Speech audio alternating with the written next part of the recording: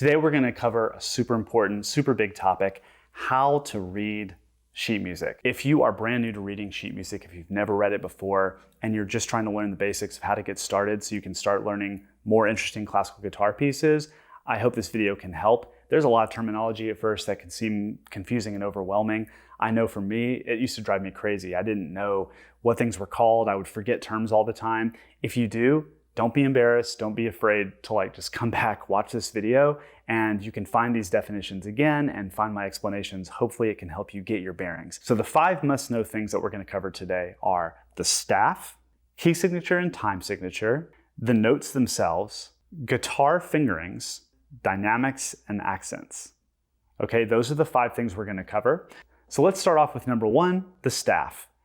The musical staff is the 5 lines and 4 spaces that you see. However, just know going into this, we are going to play notes that are above the staff, below the staff. That's totally normal and totally okay. But the music staff is kind of like a roadmap that gets you going. It tells you what register you're in and which notes you're supposed to be playing. So there is this idea of a clef, okay? And I've got great news for you. In classical guitar, we only play with 1 clef, and that is the treble clef, the treble clef. You may have seen the bass clef before. Pianists actually have to play in 2 clefs. They have to play in 2 clefs at once. The treble clef is typically a higher pitch, higher register. The bass clef is a lower register. They play that with their left hand, treble clef usually with their right hand. We don't have to deal with that at all. We get 1 clef, it's the treble clef, and that's really awesome. However, that said, because we have 1 clef, that means we are going to see a decent amount of notes that are below the staff and above the staff. For instance, this low E, that's 3 lines below the staff. So that's probably looks really insane already and a little intimidating, but don't worry about it. You're going to get super used to it. I mean, if that's the lowest note, hey, it's all up from there, right? And then the low A, open, that's going to be 2 lines below the staff. The D actually sits right below that first line. So when it comes to the treble clef, the lines and spaces, there's this sort of age-old trope or acronym that a lot of people have learned for generations and generations. I didn't come up with this acronym, but it's to help you remember the lines, the order of the notes on the lines of a treble clef. So here it goes. Every good boy does fine. E, G, B, D, F. That's the pattern, that's the order. Some people say every good boy deserves fudge. There's a bunch of other acronyms out there that aren't just about boys doing things, so I've put those below as well that you can check out if you don't like that one. But if that's a lot to wrap your head around and remember, don't worry, because guess what? Space is face. F-A-C-E. That is so much easier to remember. It's pretty awesome. So if you can remember that space spells out face, you should be able to find out that the lines are the other notes in between, right? We're still just going every letter. That's what's essentially happening on this staff. E is the first line. F is the first space. G is second line. A, B, C, D, E, F. That's it. So it's just a quick hand way. Every good boy does. Okay, that's a D. Or F-A-C, okay, that's a C. So memorize that as quickly as you possibly can. Every good boy does fine. Every good boy does fine. Space is face. Space is face. Just say that, draw it, write it, think about it, and it's going to really speed up your note reading. So get that down right away. Number 2, we have key signatures and time signatures. Next to the treble clef, you may see sharps or flats. This is the key signature. The key signature. This is telling you which key you're supposed to play in. Let's say we're in the key of G major. In G major, there's 1 sharp, and it's on that top line, F. So if you see that, that means that every single time you see an F on your score, and it doesn't just have to be that high F, it could be the low F, it could be the middle F, any F. It means every single time you see that F, you don't play it as an F natural, you're going to play that as an F sharp. That's what a key signature is doing. It's putting the sharp there so that the composer didn't have to manually write in every single time there was an F, have to manually write in an F sharp. But just be aware that you could also have no sharps and no flats. And especially in the beginning, this is what you're going to be seeing the most often, no sharps and no flats in the key signature. So this raises an interesting topic. Every key signature you see, we could either be in a major key or we could be in a minor key, okay? When you see a key signature, you could either be in a major key or a minor key in Western music. How would we know? Like, how do we know which one, right? One of the biggest tips I can give you is look at the very first note. Look at the first note of the piece, or look at the very end and look at the last note of a piece. Typically, that first note or that last note of a piece is going to be your tonic. It is going to be the one of whatever key you're in. And that's just because most pieces want to establish home base. They want to establish with the listener, hey, I'm in G major, or, I'm in E minor. You'll see the first note. Maybe it's a G, maybe it's this low G, or maybe it's a high G. There was that one F sharp in the key signature. And you could make a pretty reasonable assumption, I'm probably in the key of G major. Or let's say it was a low E, or a high E, or maybe just a full E minor chord to begin with. Well, very good and reasonable thing to assume that you were in the key of E minor, okay? Look out for that first note, look out for that last note, and that will probably tell you which key you're in. So again, key signatures, there's a lot to unpack with them, but they are extremely important because they're gonna tell you, what you're essentially allowed to play and not allowed to play. And it sort of establishes a home base for you, and it'll help you automate and get faster and faster if you can kind of familiarize yourself with keys. So there is a pattern to this, there is a method to the madness, and it's called the circle of fifths. Circle of fifths is really, really cool because it's going to allow you to see what the order of keys are, the order of key signatures. And guess what? It just goes by 5. So for instance, I said, no sharps, no flats. That might be the key of A minor. It might be the key of C major. So that's going to be sort of 0. And then you could start just counting up 5 from there. C, D, E, F, G. G is the key with 1 sharp in it. Or A minor, A, B, C, D, E. E minor would be the minor key with 1 sharp in it. If you see a piece that has 3 sharps and you're like, oh my gosh, I have no idea what that is, keep your circle of fifths close by, a link handy. Remember it exists because you can just quickly refer to it and be like, okay, A major. And again, first note of the piece, oh, it's an A major. So what do you know? That's a quick reference guide that you can go back to until you actually just have those keys memorized. So check that out. So along with the key signature, you'll also see a time signature. This is telling you the rhythm of the piece. This is telling you which notes get the beat and how many beats in a measure. So in a time signature, the top number tells you how many beats you need in a measure. The bottom number tells you which note you should be counting to get the beat, which note gets the beat. So in the example of 4/4 time, that means we need 4 quarter notes in one measure. 1, 2, 3, 4. Simple as that. If it was 2/4 time, that would mean we need 2 quarter notes in one measure, right? See how this works? It's not a fraction. It's not like, that's not like half or something. It's 2 quarter notes. 1, 2, 1, 2, like that. Start to see how this works a little bit? This is also known as duple meter. There's also triple meter, which is like 3/4 time. 1, 2, 3, 1, 2, 3. You've probably heard that before, the waltz, famous waltz rhythm. You're gonna see most often quarter note, the 4 in the bottom number, or you might see the 8th note, like 6/8 is a really common one. So in that case, you would see 6/8, that means we need 6/8 notes in a measure. So instead of counting quarter notes, we would need to count the 8th notes as the 1, 2, 3, 4, 5, 6 in this case. 1, 2, 3, 4, 5, 6. 1, 2, 3, 4, 5, 6. Like that. So let's just recap. So far, we have the staff, we have the treble clef, we have key signatures, we have time signatures. Now for note values and the notes themselves. So going back to our 4/4 time, which by the way, you're gonna come across that the most often. In fact, it's so common, they literally call it common time, and they'll write a C instead of just writing the 4/4. I don't know why they do that. I just always write 4/4, but whatever. So 4/4 time, what are some of the note values that we might see in that context?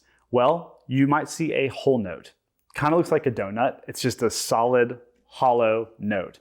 That is 4 beats. In 4/4 time, we need 4 beats. That's telling you this note is gonna take up the entire measure. 1, 2, 3, 4, like that. After that, you can continue to subdivide. Half notes. So if it was 4/4 time, that first note was a whole note that was worth 4 beats. Now half notes are going to be half of that. So 1, 2, 3, 4. 1, 2, 3, 4. Right? So one of those half notes, 1, 2, as opposed to the whole note, 1, 2, 3, 4. Starting to see how this works? Now let's keep it going. What's after that? Quarter notes. And this is what we're actually counting, right? This is the 4 that we're counting. So quarter notes are very straightforward. They're not hollow, they're solid, and they just have a stem going down. That's what those are called. And it's just 1, 2, 3, 4. So again, whole note, 1, 2, 3, 4. Half note, 1, 2, 3, 4. Quarter notes, 1, 2, 3, 4. How about eighth notes after that? Now we're starting to really subdivide the beat. So it's again that same pulse that we had before, but now with eighth notes, they're going to look a lot like quarter notes, but they're going to have what's called a little flag. They're going to have this little tick up. And that's if they're just sort of an eighth note by themselves. But oftentimes you'll see eighth notes are grouped together. And that line that goes across and connects them, that's called a beam. So you might see eighth notes connected. Usually it's 2 together. Sometimes it can be 4 together. It just depends on the context. 1 and 2 and 3 and 4 and. So let's subdivide this again, all the way up to the eighth notes. I'm going to play on the high E string this time. I think it's a little easier to hear. Okay, let's get going. Ready? And 1, 2, 3, 4. 1, 2, 3, 4. 1, 2, 3, 4. 1 and 2 and 3 and 4 and. Now there's one level deeper. It's 16th notes. That's subdividing eighth notes even further. How do we do that? How do we say that? It's 1 E and a, 2 E and a. So 16th notes look a lot like eighth notes, right? They've also got a flag. However, they have 2 flags. And if they're connected by a beam, it almost looks like a stripe or something, but they're going to have 2 beams that go across. So that's how you can recognize 16th note. That's note values, and those are the notes that you're going to be seeing on the staff. Now we're getting to the part that is really important, which is how to read classical guitar sheet music. You're probably like, Jonathan, I've just been trying to get to this part of this video the whole time. So here you go. I'm going to go ahead and unveil what you need to know to start playing immediately. You may have looked up tabs, okay? Tabs are numbers that just show you exactly which fret you need to be playing on the guitar neck. But this is where a lot of guitarists get confused, especially ones who've been playing for a while. With classical guitar sheet music, the one thing that's usually not going to tell you is which fret to play. So if you see that little number, it's either 0, 1, 2, 3, or 4. That is not the fret number. That is your left hand finger numbers. Okay, so this is where a ton of guitarists, especially if you've been playing for a while and you're already familiar with tabs, you might have gotten a lot of confusion around this or be really confused because those little numbers are not the fret numbers. In fact, with the exception of bar chords, for classical guitar sheet music, you're never going to get which fret you should be playing on. Almost never, okay? So that's a really important difference between tabs, where literally all they're telling you is which fret to play on. They don't tell you which finger to play on. They don't tell you if you should be accenting that note or how long the note value should really be. So the one time that guitar sheet music will tell you which fret to play on is bar chords, okay? So if you see, for instance, let's say an A major, you would see a Roman numeral 5. You might also see C5, stands for Sahia or bar. So there you go. That would be a Roman numeral 5, C5. You might also see a C with a slash through it, 5, something like that. The C with the slash means a half bar. Other times you might see a Roman numeral with a little superscript number above that. I personally really like that one because you can be a little more precise with exactly how many strings you want someone to cover, like cover 4 strings, for instance. So not many arrangers do that. However, I really love that approach. I think it's super specific and can actually really help guitarists try to figure out, should I be covering 3 strings, 4, 5, etc. So look out for that. If you see a Roman numeral written on your score, more often than not, that means, okay, that's for a bar chord. Other than that, you're not going to be told which fret you need to be playing on. With the right hand, if you remember, those are letters, P-I-M-A. Typically, those will be italic letters that are just written on scores. I will say that kind of after the beginning stage, you're not always going to get a lot of help with the right hand. A lot of arrangers, a lot of composers, they might tell you if it's a super complicated pattern, they might indicate a little bit. So let's say it's like a repeating pattern, like an arpeggio, PIMA. After that, they'll just say like, just simile or keep playing it in the same fashion. You know, it's sort of implied, okay, this is a repeating pattern you play again and again and again. Or if it's a scale pattern, it might say I am, and then etc. or MI.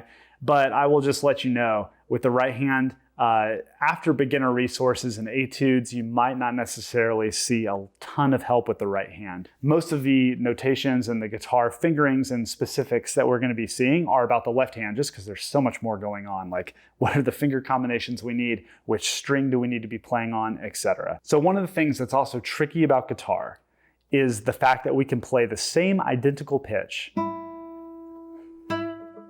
in multiple places. Keyboard, for instance, that one E, you can only play it on one key. Like, you can't play the same identical pitch on multiple keys. That doesn't work like that. That's both why piano is like really kind of easy to wrap your head around with music and space, because it's all just very linear, but it's also something that's kind of makes guitar a cool instrument, a little quirky, a little strange. So for instance, that high E pitch I just played, there it is, open on the E string, the high E string, and then you could play it fret 5, string 2. You can play that exact same E on string 3, fret 9. You could do the same exact E, fret 14, string 4. So there's 3 additional places you could play it. So how do we see that indicated on sheet music? It'll be a circle with a number in it. So for instance, if it was the open E, you would probably just see that E pitch. It's the top space on the staff, and it would just be the number 0, little number 0 written next to it, okay? No fingers down, that's why. But let's say there was a number next to it. Okay, well then that means it's definitely not open, right? That means we have to be playing it somewhere else. Let's say it was finger 1.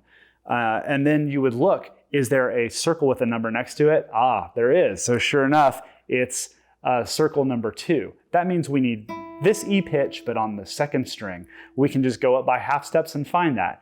B, C, C sharp, D, D sharp, E. And if it was finger 1, you're already done. Your job is done, you're there. But maybe it says like finger 2 instead, in which case you'd have to put finger 2 down, because we're going to play a chord or something like that. So just look out for those kind of things. First thing I like to do is look for the circle with the number if it exists, and then find the pitch on the fretboard. And then I look, okay, which finger do I need to put down? So that's a good order of operations, kind of, you know, like make sure you're on the right string in general. Then look, okay, which finger should I put down to play that note? That is pretty much it, what you need to be looking for in a nutshell when it comes to classical guitar notation to get started today. Okay, there's obviously a lot more things that you can look for. Strumming uses arrows up and down. So that's something you might come across if you see flamenco music. You might see arrows, and it's one of those counterintuitive things where, like, if you see an up arrow, it's not an upstroke, that's actually a downstroke. So of course in guitar, right? We can't nothing can just be straightforward and simple. It's got to be reversed. If you see an up arrow, I actually like to think of these arrows as towards or away. So I see the up arrow almost as though I'm like looking at it down on the floor, and I see it's away, towards, away, towards.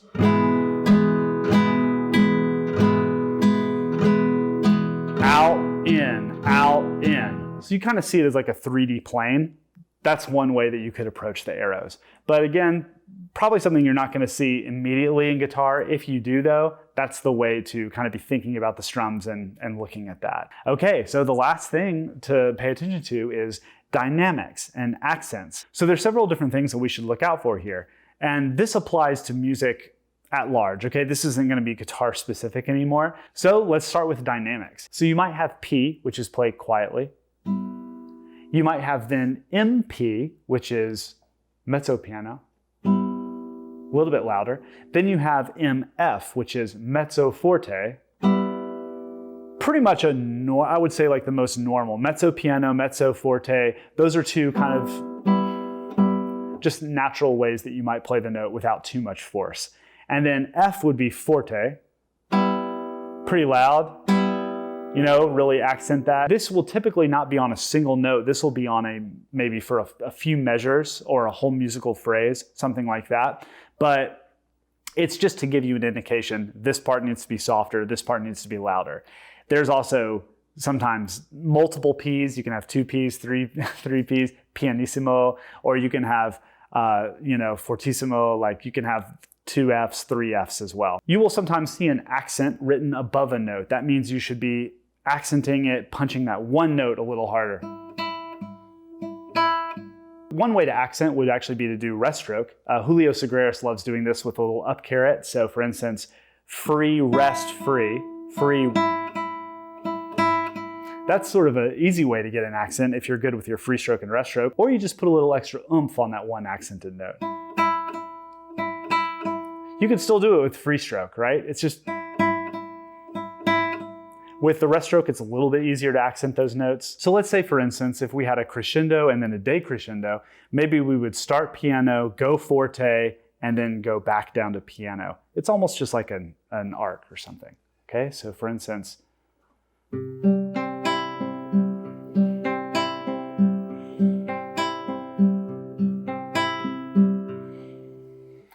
so that would be a way of applying crescendo and decrescendo into your playing. It's a right hand technique, right? You're just putting a little extra force and really elongating every single note if you want to be a larger sound. Other than dynamics and accents, we might have staccato, which is a little dot above the note, and it could be above the note or a chord. And that means to kind of, you know, you want to hold the full note value, but we're going to cut it short. The waltz, again, is another really common instance where you'll see a staccato marking.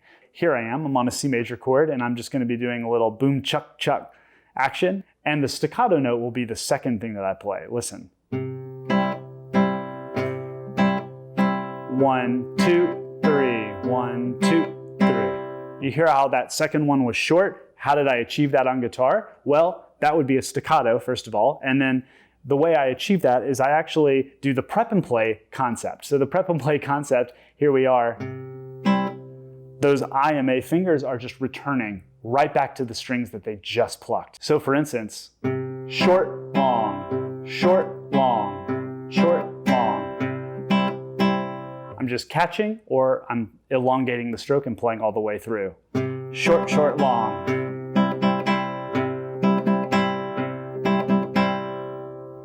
There's a lot of ways you can play staccato. You know, you can play it with single notes. You can do staccato with the chords like I just showed you. So have fun with this. Have fun with dynamics. This is a way of really expressing yourself. So other composers might be really, really intentional about the other markings or the other things that they want you to do in the music. They might say, play this moderately fast. They might say, you know, play this stately, you know, in a stately way, or in a gentle, refined way. Just, you know, you're going to be coming across French, Italian, Spanish, all kinds of languages, and have Google Translate handy, look something up and be like, oh, okay, I'm supposed to play this, you know, gently with ease, or I'm supposed to have this melody fade off into the abyss to almost nothing.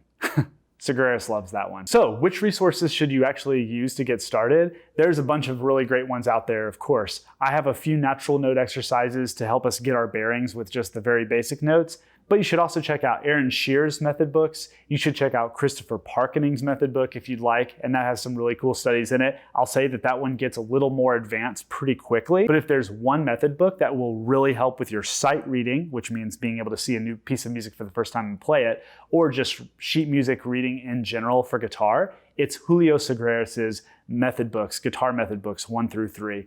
Get that book immediately. Book 1 has over 100 little exercises in it. The first 30 to 40 are all kind of the open strings and just getting you acclimated, or not open strings necessarily, but also just playing in this sort of first open 4-fret position. They are really, really awesome, and they're going to get you so much more familiar with the basic notes that you're going to see again and again and again. So congratulations on getting through this. I know this was a big lesson, jam-packed with a ton of material. So not expecting you to memorize it all. Come back, watch it a few more times if you need to, or find the parts of the video that you need a refresher on. You can also always ask me or ask the community if you have any questions. But thank you so much, and I hope this was helpful. I'll see you in the next one.